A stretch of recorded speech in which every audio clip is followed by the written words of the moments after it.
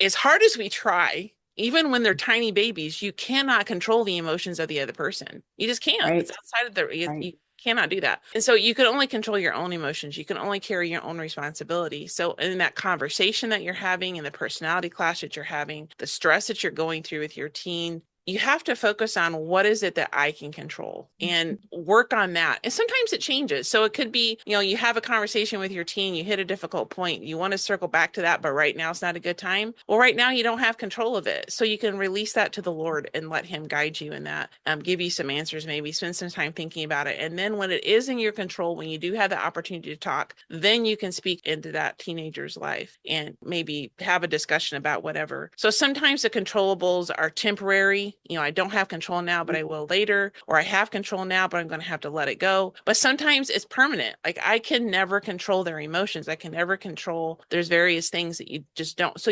focusing on what you can control and asking God to give you the wisdom to know what that is and to rein that in, it can be so freeing emotionally when you're not carrying a burden you were never meant to carry. Mom, what if you could stop carrying burdens that were never yours to carry in the first place? That's what today's conversation is all about. I've got Lori Owens on the show with me, and we're talking about stress, anxiety, emotional overwhelm, and how trying to carry things we can't control may actually be getting in the way of the connection we want to build with our teens. I pray this is a blessing for you. Do you long to build lasting connections with your teenager and have conversations that build trust instead of conflict? Welcome to Connect with Your Teens. I'm Terry, a mom, tutu, which is Hawaiian for grandma, and communication coach who went from feeling dismissed and shut out by my teens to becoming a valued and trusted person in their lives. I help moms like you reconnect, speak in ways that invite peace, and create conflict-free conversations, all guided by grace and anchored in God's love. Grab a latte or a favorite cup of tea, and let's get into the heart of it. Before we jump into today's conversation, I want to let you know that registration is now open for next month's free Connect with Your Teens support group. If you're feeling stuck, discouraged, or simply wishing you had a place to ask questions and get support from other moms who understand what you're going through, I'd love to invite you to join us. It's completely free. We meet privately on Zoom, and you can go to connectwithyourteens.com/support group to save your seat, and the link will also be in the show notes. All right, let's get into today's conversation.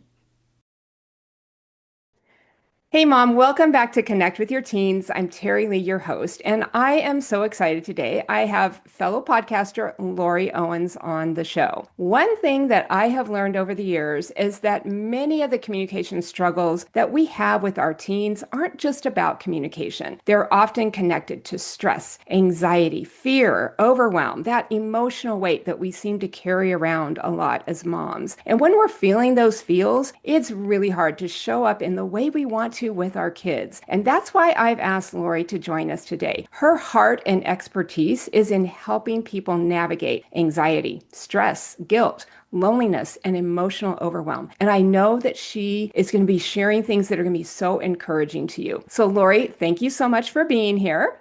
Oh, thank you, Terry. I am really excited. Yes, I'm very excited too, especially for what moms are going to gain from this, even what I'm going to gain from it. So before we jump in, would you just take a minute and tell us a little bit about yourself and the work you do?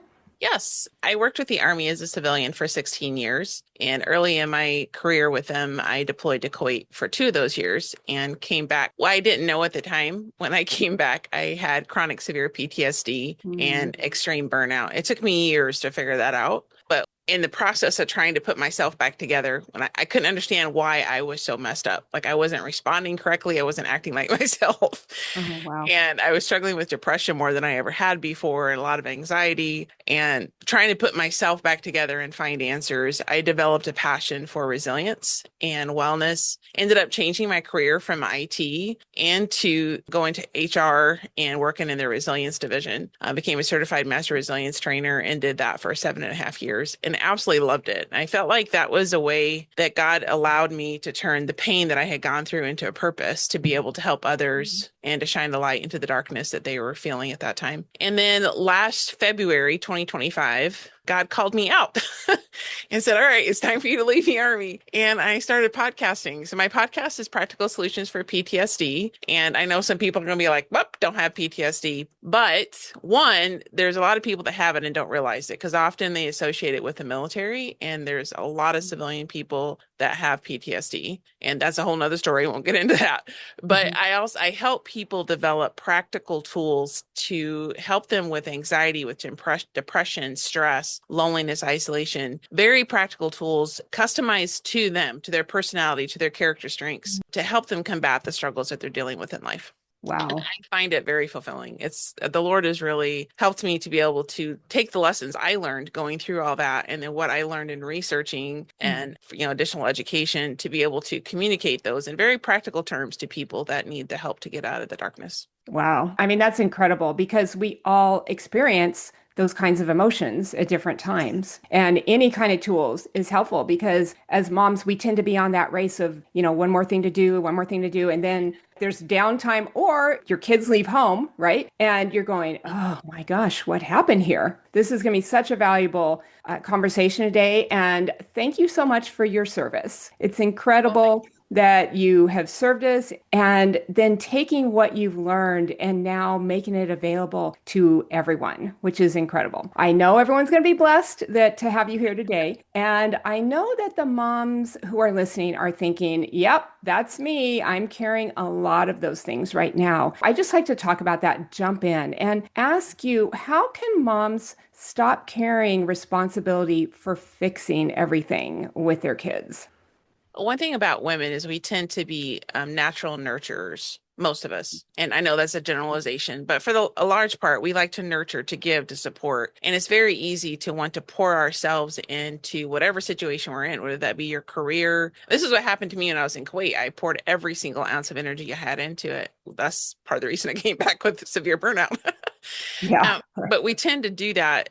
What is important is that we learn to do that in a sustainable fashion. And one of those things is to focus on our controllables. It's so important that we focus our energy on controlling the controllables. And one of my favorite prayers, and has been for a very long time, is the serenity prayer. God grant me the serenity to accept the things I cannot change, the courage to change the things I can, and the wisdom to know the difference. The key is the wisdom.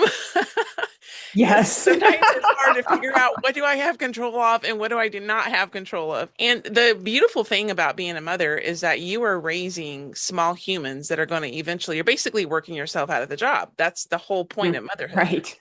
is to raise a child to the point that they're a responsible citizen that can go out into society and make decisions and whatever and be successful in their life. And so at some point you have to start transitioning and taking your hands off. And I'm saying this as a person who's not a mother, but just looking at just a general advice. So you have to take your hands off and start letting them make decisions and start letting them, make choices that maybe you don't agree with or you're having a difficult conversation or you're having a personality clash, whatever that is. But you are working yourself out of a job. You're turning them over to the Lord because you've raised them and now it's time to take your hands off. And Mhm. so you have to understand when you're working with that teen, what is it that I can control and what can I not control? What is mine to carry? What is my responsibility to carry? And what is it that I feel responsible for, but is not really mine? So Mhm. as hard as we try, even when they're tiny babies, you cannot control the emotions of the other person. You just can't. It's Right. outside of Right. you cannot do that. And so you can only control your own emotions. You can only carry your own responsibility. So in that conversation that you're having and the personality clash that you're having, the stress that you're going through with your teen,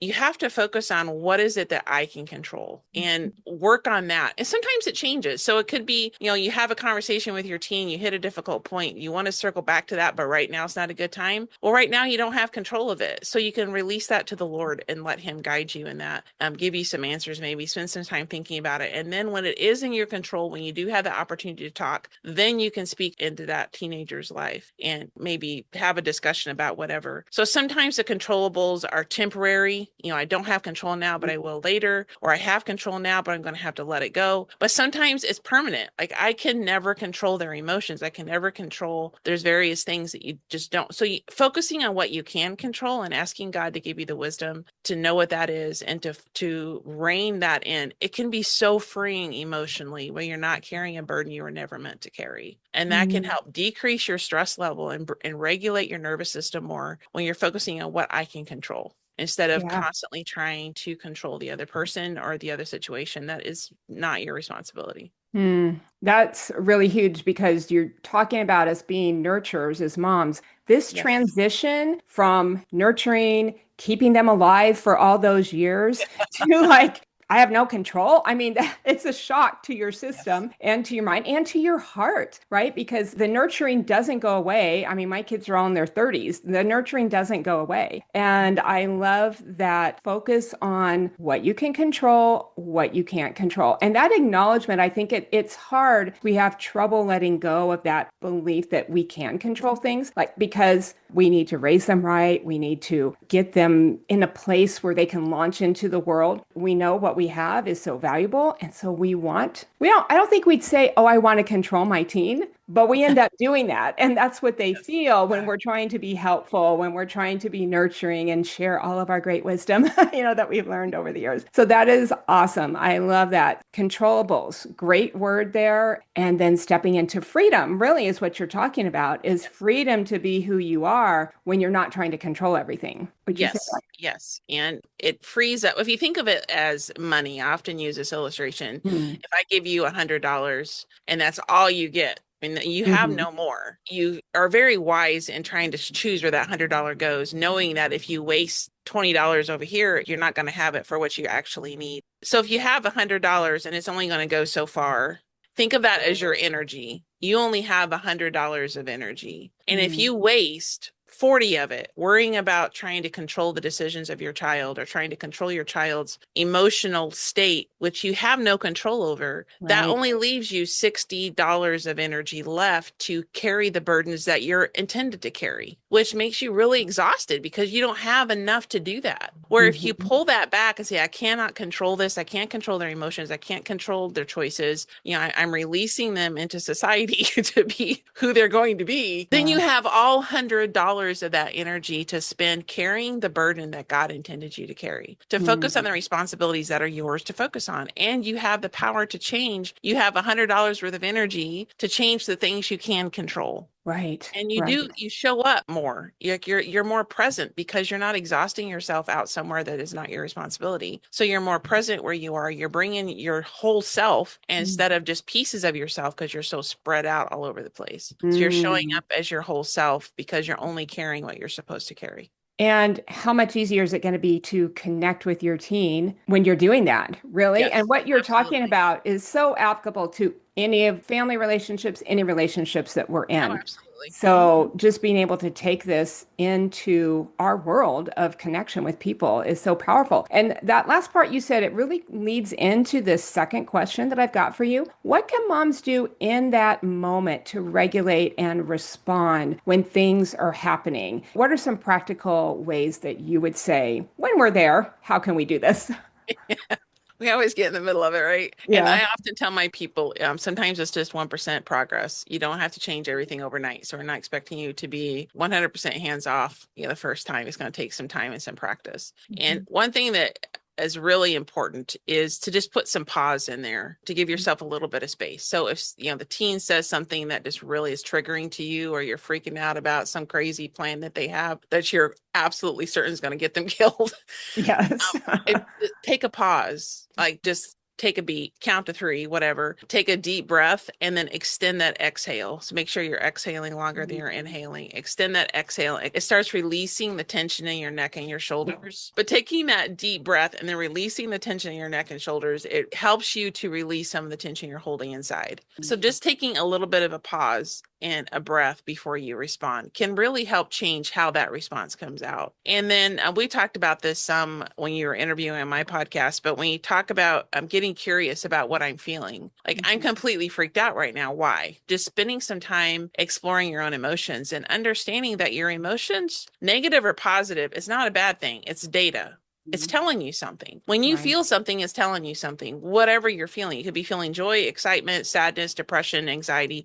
All of it is data. It's telling you something. So take a moment to think about, why am I responding so strongly to this? I mean, maybe they hit a trigger point. I've talked to moms that raising children that were dealing with PTSD triggered their own PTSD that they hadn't dealt with as a child, and it was coming back in tenfold.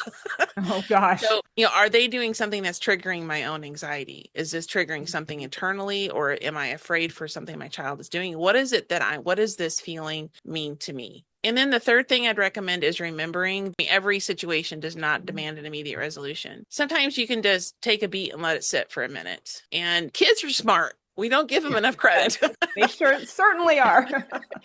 They're pretty smart. So if you let it alone for a minute, they may come to the conclusion on their own. But if they don't, you can circle back if you need to. Spend some time in prayer and ask the Lord to give you a peace and a calm and give you the words that you need to say and how to communicate that effectively to your child. But it doesn't necessarily need an immediate response. With exception, obviously, if they're in immediate danger of losing their life, then all communication, Right. whatever, goes out the window. Outside of that, a lot of things can sit for a bit. Give yourself time to explore those emotions on your own, gather your thoughts, come back when you're calmer, and address the situation. Those are all great, great tips. And I think what you're hitting on is that urgency that we feel when we hear those things that are frankly alarming. I mean, I heard plenty of alarming things when my kids were teens. And initially it was, oh my gosh, I've got to fix, I got to change their mind, I got to do all these things, Right. right? And there was no pausing. There was no pausing until I went to bed. And then I'm pausing and I'm crying, right? Because I don't know what to do and I'm scared and all of that. And so just these general tips are so awesome. And I love what you say about you can circle back. You don't have to do it right now. Just take that moment, reground yourself, re-anchor yourself and see what really God's doing here. And I think what that space allows too for our kids is to be able to take a breath as well. Because a lot of times they're a little scared to come and tell us things, and that's why they hide it or they lie or do whatever. So, anyway, anything else that you want Just to add to that? Well, just with human nature, and especially as children, as teenagers, and they're trying to, figure out who they are independent of their parent, it's going to trigger defensiveness. So if we come back like, "What did you just say?" they're automatically going to defend a situation or a stance that they might on their own change. Or Right. it makes a bigger situation out of it than it really needs to be. By us coming on too strong, it puts them automatically on the defense, and it's going to turn a lot uglier. Or if we just let it alone for a little bit and come back later, one, we're calmer. Two, they may have thought themselves out of this crazy thing, or they're more open to discussion.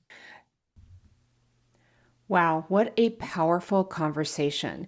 What stood out to me most was Lori's reminder to focus on what we can control and release what we cannot. So much of our stress comes from carrying responsibility for things that were never ours to carry in the first place. I also loved her encouragement to pause before reacting. I know we talk about that, but that reminder is so important to get. Just a breath, a prayer, a little space to completely change how we show up in those difficult conversations. And most importantly, our emotions aren't something to fear or ignore. They are information. They can reveal what's happening beneath the surface and where God may want to bring healing. So as you go through your week, consider this last question that Lori asked. What is mine to carry? And what am I carrying that isn't really mine? This is a great question to think about and bring before the Lord and ask Him what He wants you to know about that. I'm excited to share part 2 with you later this week. Before we close, Lori has a free resource she'd love to share with you. If setting healthy boundaries is something that you struggle with, she's got a free boundary setting worksheet available for listeners of this podcast. You can download it at practicalsolutionsforptsd.com/podcast. And she's offering 50% off her anxiety and depression breakthrough coaching session to the first Connect with Your Teens listener to sign up. You can go to practicalsolutionsforptsd.com/breakthrough. Use the code CONNECT to get 50% off that coaching session. Both links will also be in the show notes. One thing I've learned is that parenting teens can feel incredibly lonely at times, and that's one of the reasons I host a free monthly Connect with Your Teens support group. It's a place where you can come together with other moms, ask questions, get encouragement, a little coaching, and leave feeling a little more hopeful and a little less alone. So if you'd like to join us next month, you can save your seat at connectwithyourteens.com/support group, and the link will be in the show notes as well. I'd love to meet you there. All right, let's pray. God, thank you for Lori and the wisdom, the experience that she's gone through that can now be brought to help us, to help others. Thank you for reminding us that we're never meant to carry every burden, fix every problem, or control every outcome. Help us to recognize what is ours to carry and when we need to place that back in your hands. We want to love our families well. And God, remind us to take care of ourselves as well. Show us what that looks like. We love you so much. We praise you and we thank you. And we ask it all in your name. Amen. All right. Well, from one mom who used to walk on eggshells, feel dismissed, and wonder if anything would ever change, I see you, Mom. Keep showing up, keep leaning into God, anchoring in Him, and keep building connection one conversation at a time. As always, this is Terry Lee. I'm rejoicing in hope with you, and I'll see you next time on Connect with Your Teens. I hope this podcast inspired and encouraged you, and if so, would you share it with another mom who's praying for change in her relationships? And I'd be so blessed if you take 30 seconds to leave a 5-star review on Apple Podcasts. Your review helps more moms find hope and the encouragement they've been searching for. I'd love to connect with you. Come join my Facebook group at facebook.com/groups/connectwithyourteens. You don't have to figure this out alone. There's real support waiting for you inside. From one mom who used to walk on eggshells, I see you, and I'm cheering you on. Remember, God loves, adores, and delights in you, and you are the best mom for your kids.